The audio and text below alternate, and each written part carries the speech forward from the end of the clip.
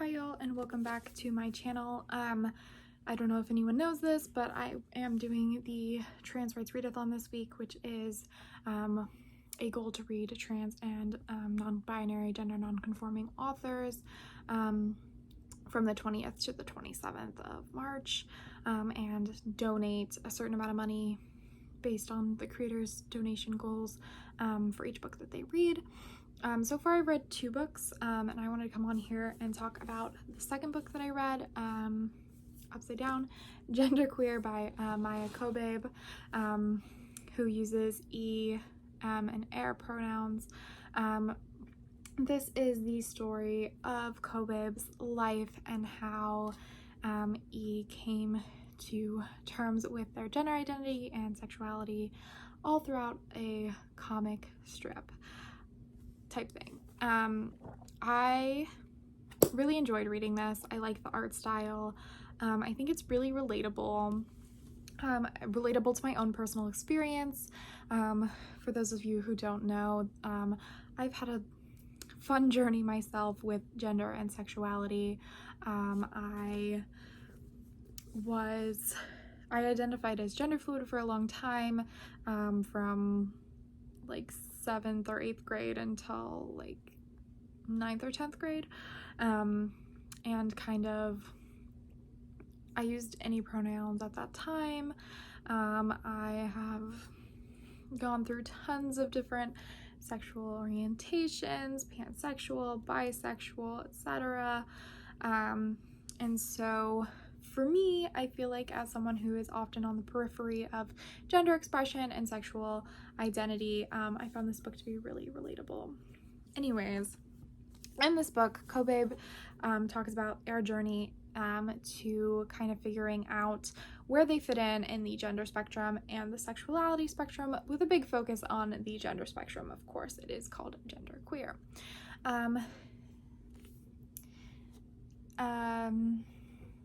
E starts out when E was a child and talks about the experience of having parents who never really enforced gender roles, and then kind of how that translated into E not really understanding the social norms and expectations for being born a girl.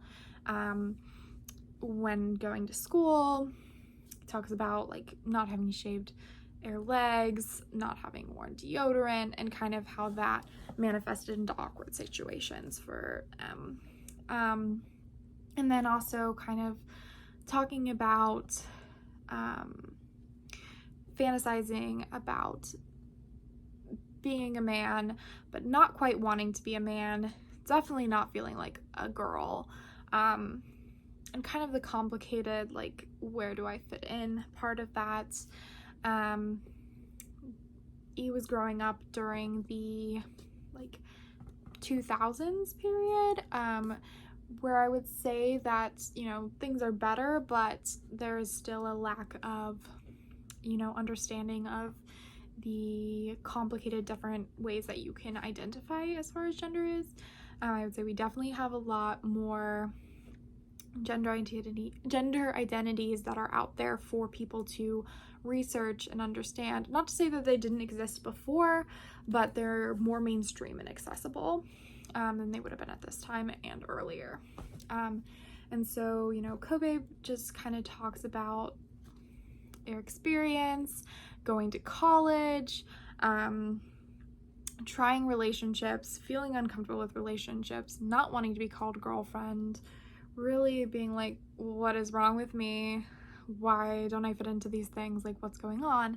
And then also our experience of not being interested in sex and kind of coming to terms with asexuality, while also coming to terms with these big gender questions.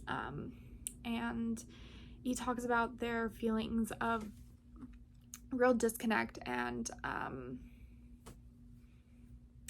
discomfort, like physical sickness when having like connection with their genitalia, and having experiences at the gynecologist that were pretty traumatic. So that's something that I'd be aware of. Some of these things can be pretty traumatic and pretty triggering if you've experienced stuff like this and have like dysphoria or dysmorphia with your body in relation to gender. So I would definitely consider that before reading it. Overall, for me, I really, really enjoyed this book. I felt that there were a lot of things that felt really close to my own journey with gender identity and sexuality. I remember being young. I remember being in middle school and kind of realizing that I didn't quite feel like I fit into the gender boxes that we had of male or female. And I remember kind of playing with it and deciding that I was gender fluid. I remember being really into K-pop and really wanting to be one of the boys in a boy band. I just remember kind of having this masculine side, this feminine side, this androgynous side that were always kind of competing within my head and feeling confused about how those things should be expressed, and, you know, going through that journey of discovery.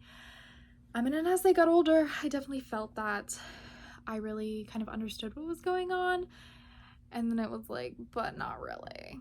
And I feel like Kobabe kind of talks about that too, their experience of being like, I think I get it, but like, do I get it? Like, what is going on? And I feel like when you are in this non-binary space, this gender non-conforming space, it can be really hard to kind of figure out where you are, because I mean, at least for me, I felt like I really wanted to be one or the other.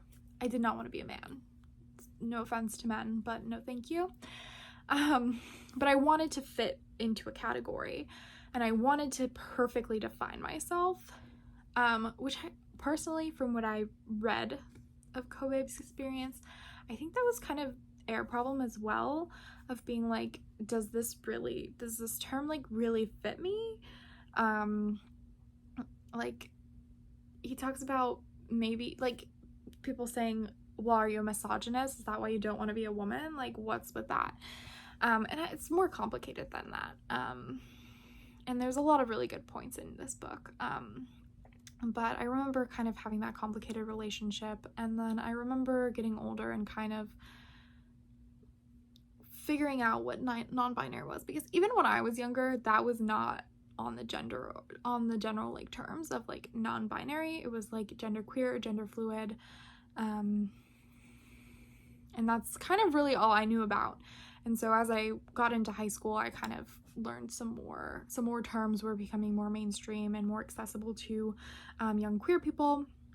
And so I was like, oh, like that's kind of interesting. Like, do I fit into that? And I feel like a big struggle for me is wanting to stay connected to womanhood, and feeling that it's like an important part of my identity, but also feeling a big disconnect from it. And I think for me in particularly, I've been kind of having a lot of identity crises going on, and so I think reading this book really kind of is helping me to work through where I want to fit in, how I want to identify, what I feel like fits me the best. And then also with the asexuality, that's something that I can relate to. I think that like I understand people's interests and stuff, but I'm definitely not as interested in that kind of activity as a lot of other people.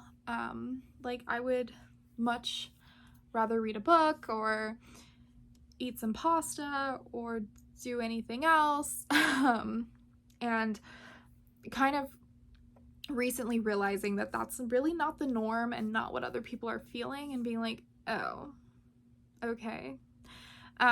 Definitely not the same kind of asexuality experience that Kobabe seemed to have, but somewhat similar. One thing though that I think I got from this book, and that I've been getting from my own feelings lately, is that I am a person who really just wants to name everything that I am. I want to be, I'm this, I'm this, I'm this, I'm done. But I think realistically, that's not always going to happen. It's not always going to be what everyone fits into. Because of the like way that our society is built, where cisgender people are considered to be the norm and heterosexual people are considered to be the norm. And so like you're pushing up against that, but then you also want to fit into the queer community as like gay, lesbian, transgender, etc. But when you don't fit perfectly into that, even when you don't fit perfectly into non-binary, asexual, you kind of have this difficulty of, well, what am I? You know, there's this like compulsion that I have to define myself, and I would really say to other people who are queer, who are not queer, young people who are going through a similar journey, that you don't have to define yourself, and you also don't have to fit into the boxes perfectly that you're defining yourself as. You can pick the terms that feel the best for you. And you don't have to always be that exactly.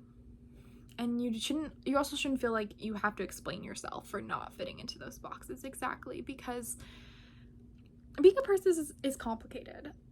It's confusing. And I also will say, try things out. Like, you think that you're a trans man, try it out.